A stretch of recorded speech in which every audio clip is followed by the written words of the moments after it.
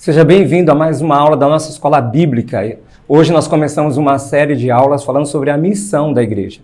Mas para que possamos entender qual é a verdadeira missão da igreja, nós não podemos passar por duas coisas importantes. E a primeira dela hoje aqui nessa aula é sobre o que é a igreja segundo a Bíblia. Se faz necessário entender qual é o significado de ser igreja, do ajuntamento de igreja, para que então a igreja consiga entender qual é a sua missão. A Bíblia destaca vários pontos básicos sobre o que é a igreja, dos quais podemos citar e serão citados hoje aqui nessa aula, para que então possamos fazer um caminho para que possamos entender a missão ou a verdadeira missão da igreja.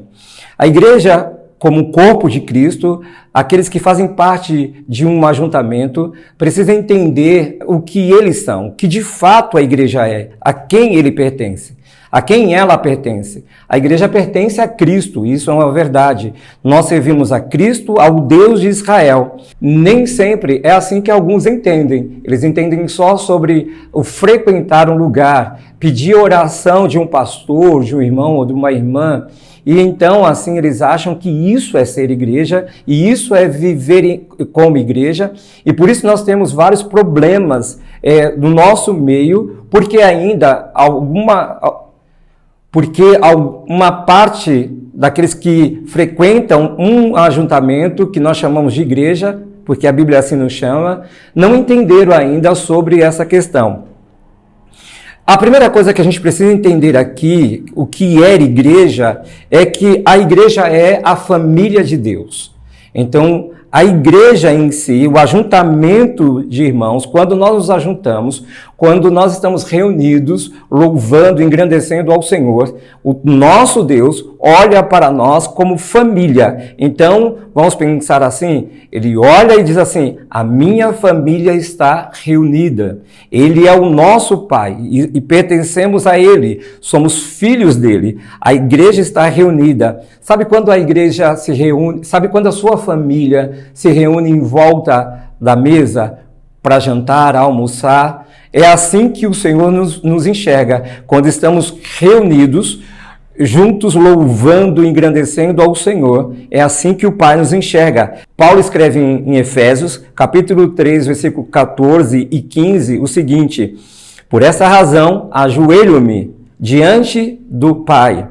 Paulo se ajoelhava para orar em prol da igreja, da sua igreja, do corpo de Cristo, da família de Deus, que também era a sua família. No versículo 15 ele diz o seguinte, do qual recebe o nome toda a família nos céus e na terra. Isso testifica que a igreja, ela é a família de Deus. E quando nós começamos a entender isso, então nossa mente vai se abrindo e vamos então começamos a entender qual é a missão da igreja. Número 2, a igreja é o templo do Espírito Santo.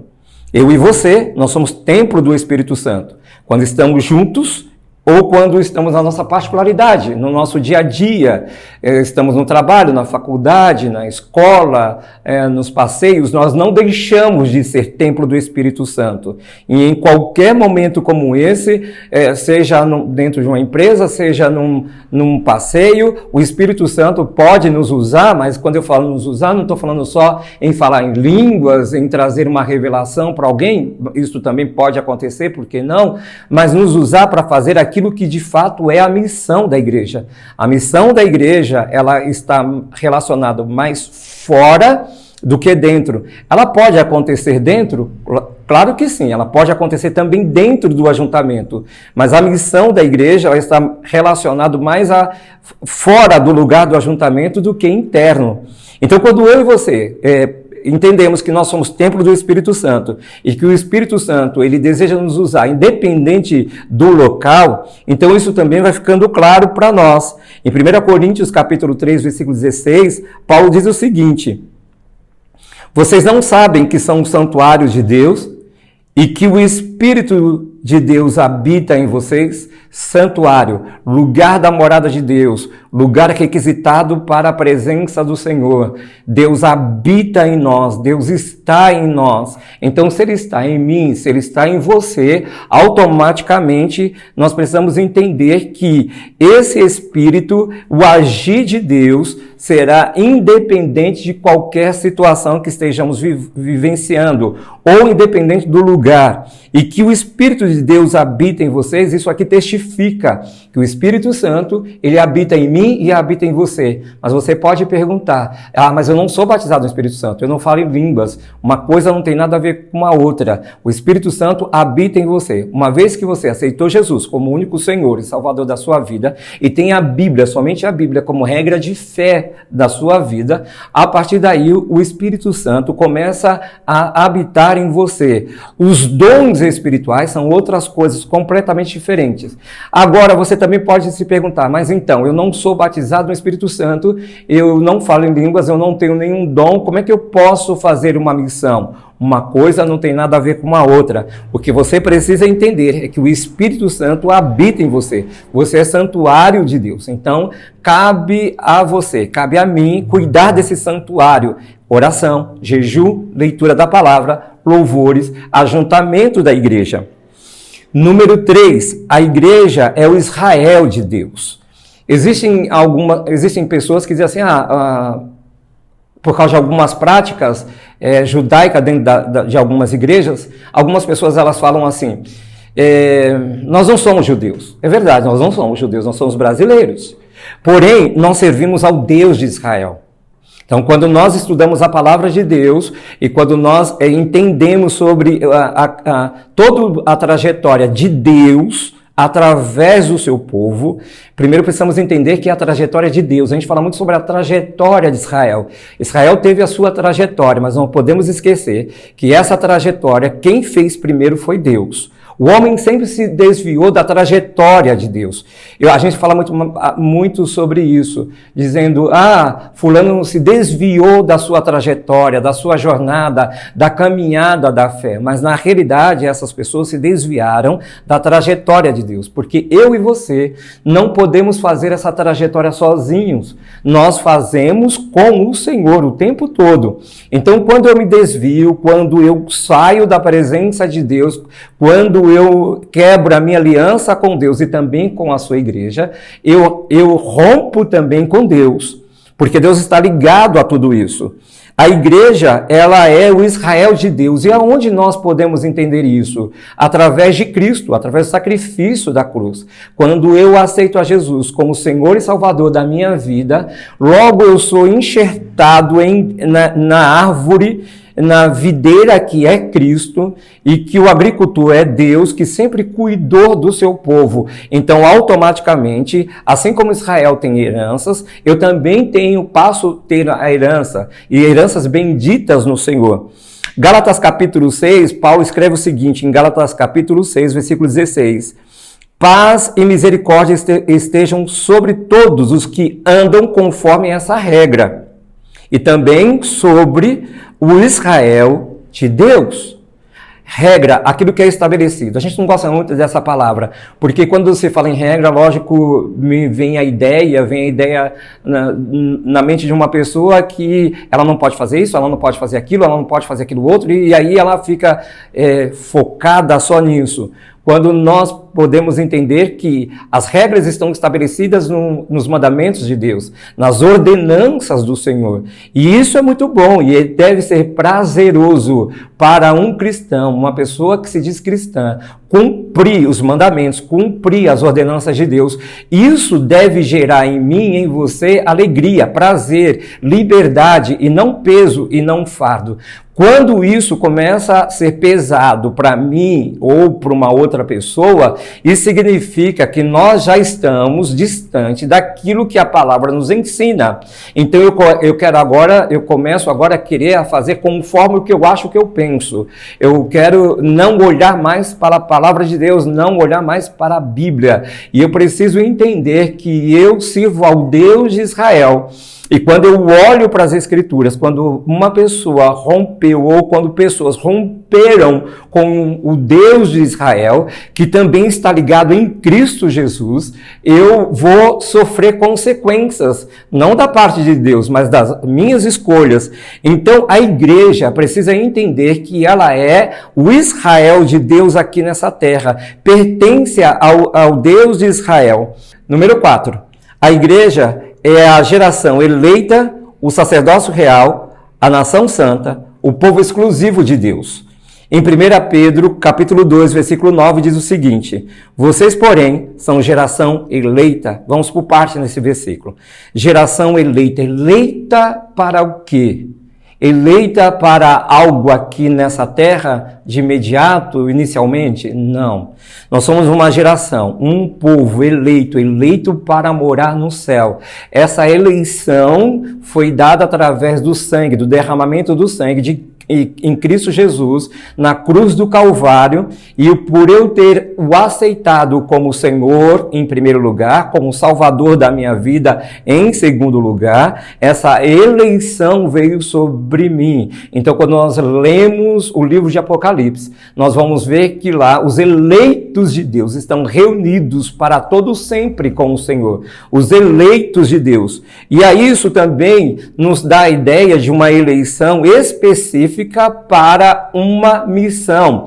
Eu fui eleito para algo, eu fui eleito para a salvação, eu sou um eleito da salvação, eu tenho o meu nome escrito no livro da vida, porém, eu preciso entender que aqui na terra, enquanto não findar os meus dias, ou o dia do arrebatamento, eu tenho uma eleição específica para aqui, eu não posso abrir mão disso, eu posso até negligenciar essa eleição. Posso, e tem muita gente, tem muitos cristãos negligenciando essa eleição, mas não significa que eu não fui chamado para isso, que eu não fui chamado para isso. Isso não significa que sobre os meus ombros não tenha essa responsabilidade. E o versículo continua dizendo, sacerdócio real, eu e você, nós somos sacerdócio real de Cristo Jesus. E aí precisamos entender sobre o sacerdote. O sacerdote, ele era aquele que ia diante de Deus em relação ao povo. Então, quando nós estamos orando, quando nós estamos clamando, intercedendo pela vida dos nossos irmãos, pela vida das pessoas, pela vida daqueles que precisam ser alcançados por Cristo Jesus, nós estamos numa posição de sacerdotes. Nós estamos clamando ao Senhor e pedindo perdão ao Senhor, pedindo para que o sangue de Cristo seja derramado sobre a vida dessas pessoas que estão distantes do Senhor, seja eles fora da igreja ou mesmo estando dentro de uma igreja, porque estar dentro de um ajuntamento não significa que nós estamos aliançados, conectados com o corpo e com o Deus desse corpo. Nação santa, o que significa isso? Israel sempre foi uma nação santa. Quando Deus ele começa a gerar o seu povo e estabelece eles como uma nação, Israel era exclusivo de Deus. É o primeiro filho, foi o primeiro filho de Deus. Assim Israel também era chamado como filho de Deus, uma nação pura. Por isso que Deus não permitia que eles tivessem nenhum envolvimento com outras nações, não fizesse deuses para si, não cultuasse imagens de esculturas, porque Israel era puro, separado, uma nação santa. E assim a igreja deve ser. A igreja precisa entender isso, porque se não houver esse entendimento, se não houver uma separação desse mundo que nós vivemos, esse mundo caído, de um sistema corrompido, a igreja também ela vai cair, ela vai se corromper e ela vai ter dificuldade de cumprir a sua missão, sua verdadeira missão aqui na terra. O versículo também diz que nós somos um povo exclusivo de Deus, exclusivo, separado, santificado para quê? Para uma boa obra. Deve haver na igreja santificação, separação. Mas isso não diz que nós somos melhores do que ninguém. Nós somos um povo que temos um pecado, porém esse pecado é justificado através do sangue do Cordeiro. Então nós somos um povo exclusivo de Deus aqui nessa terra, embaixadores do reino de Deus aqui nessa terra, para cumprirmos uma missão.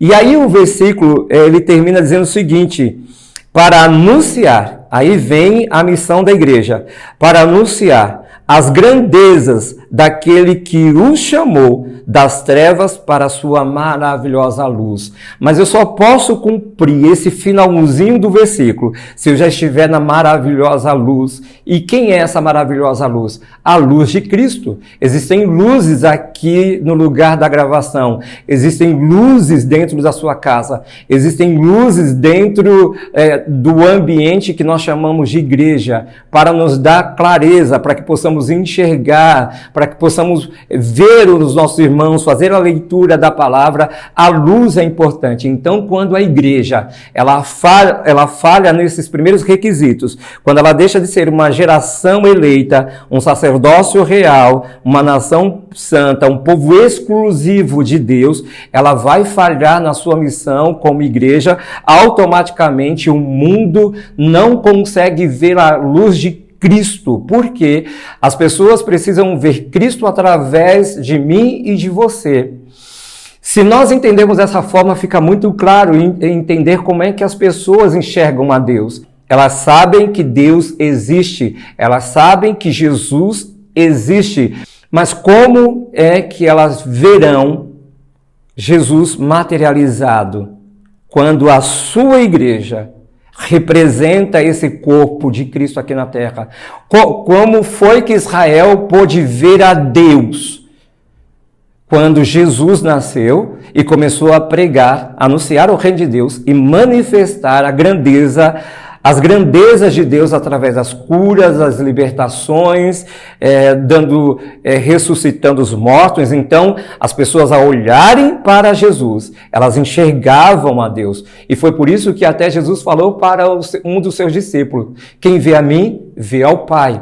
Quem olha para a igreja, pelo menos deveria ser assim, quem olha para a igreja deveria ver Jesus. Mas para isso, a igreja precisa se ajustar e não abrir mão da sua missão. A igreja não pode abrir mão da sua missão.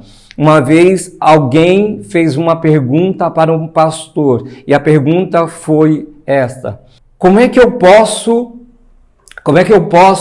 mostrar para o meu filho, como é que eu posso mostrar Deus para o meu filho? Então, o pastor, na hora que ouviu essa pergunta, ele sabiamente respondeu: quando o seu filho olhar para você, ele precisa ver Deus. O pai deve fazer essa representação. E isso é tão sério e é tão importante e tão verdadeiro que todas as pessoas, todas as crianças que não têm uma referência paterna, eles têm dificuldade de se relacionar com Deus, de sentir Deus como Pai, de saber que Deus é seu Pai. Às vezes, a obra do Espírito Santo fica comprometida por causa disso. Então, quando as pessoas elas olham para a igreja e não veem nessa igreja a presença do Pai, eu não estou falando de manifestações, eu estou falando no seu modo de viver. O mundo se questiona e não consegue entender, de fato, esse verdadeiro amor, de fato, se Deus existe, se Deus é tão bom assim, não só pelo aquilo de ruim que acontece no mundo, mas as pessoas deveriam olhar para a igreja e ver Deus em mim e em você, ver Deus em nós. E aí, por isso, a missão da igreja, ela fica comprometida. As pessoas estão incrédulas, não só com as coisas que estão acontecendo no mundo, mas incrédulas também com relação à igreja de Cristo. Que o Senhor nos ajude a entender o que é ser igreja, o que é pertencer a uma igreja, mas qual é o papel, a missão da igreja aqui nessa terra. Eu te espero na próxima aula, em nome de Jesus.